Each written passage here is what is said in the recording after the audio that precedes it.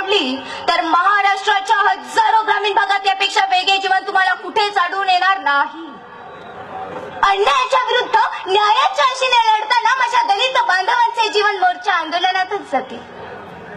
माझे इतर समाज बांधव अन्न पाण्यावर जगत असतील, पण माझ्या दलित समाजाला मात्र आजही अन्न पाण्याबरोबरच मोर्चा आंदोलनाची गरज लागते.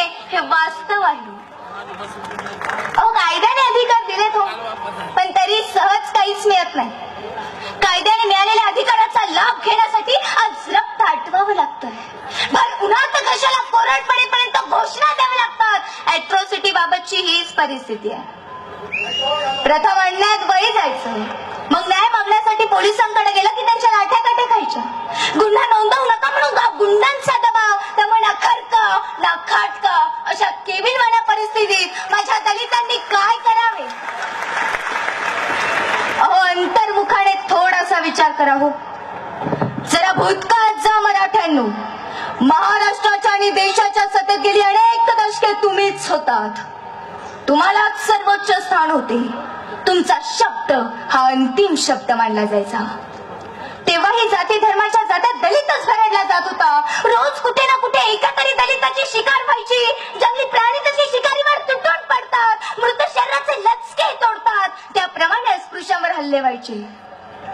एखादा जात गुंड अस्पृश्यावर तुटून पडायचा, तो अगदी त्याचे प्राण जाईपर्यंत. पण खैरलांची हत्या काढल्यानंतर माझा पॅन्थर अधिक चवतायला. सरकारकडे न्यायाची भीक न मागता स्वतःचा जीव कुर्बान करून पर्याय यंत्रणा उभी करण्याचा संघर्ष माझ्या लाखो पॅन्थरांनी केला. जशात तसे उत्तर दिल्यानंतर जात दांडगे सरकली. सरकारी व्यवस्थेलाही दखल घ्यावी लागली. निर्दोष सुटले आहे. याचा अर्थ 95% निर्दोष लोकांच्या विरोधात या कायद्याचा गैरवापर करण्यात आला होता की काय?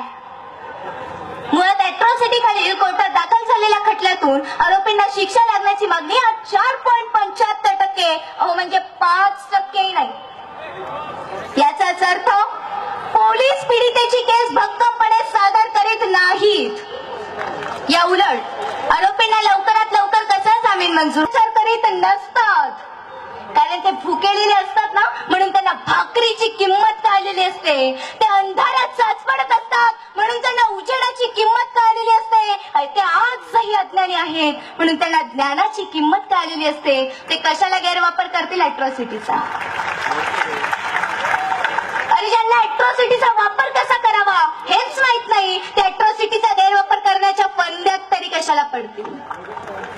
पण तरी आम्ही म्हणतोयच ना की जे गैरवापर करत असतील त्यांच्यावर अवश्य गुन्हे दाखल करा.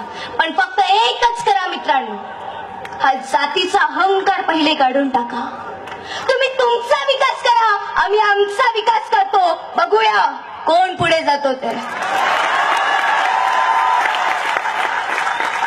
येथे उपस्थित असलेल्या माझ्या आया बहिणींनो आणि बांधवांनो, स्वराज्यासारखी समाज व्यवस्था तुम्हाला आजही नांदवायची असेल ना व जातीवादी गुन्हे संपायचे असतील तर आजही माझ्या भारत देशाला अॅट्रॉसिटी कायद्याची नित्यांत गरज आहे. आणि बांधवांनो, या मोर्चाचं नेतृत्व कुठल्याही राजकीय नेत्यानं केलेलं नाहीये, तर या मोर्चाचं नेतृत्व येथे उपस्थित असलेल्या प्रत्येक जन माणसाच्या मनातील आत्मीयतेनं केलेलं आहे. हा मोर्चा कुठल्याही जाती विरोधात अथवा कुठल्याही समाजाविरोधात काढलेला मोर्चा नाहीये, तर हा मोर्चा येथे उपस्थित असलेल्या प्रत्येक जन माणसाच्या हक्काच्या मागण्यासाठी काढलेला मोर्चा आहे. आणि अॅट्रॉसिटी कायदा रद्द होऊ नये यासाठी काढलेला हा मोर्चा आहे. कारण अॅट्रॉसिटी कायदा आमच्या अस्मितेचा प्रश्न आहे, तो आमच्या जिव्हाळ्याचा प्रश्न आहे. म्हणून शेवटी मी एवढंच म्हणेन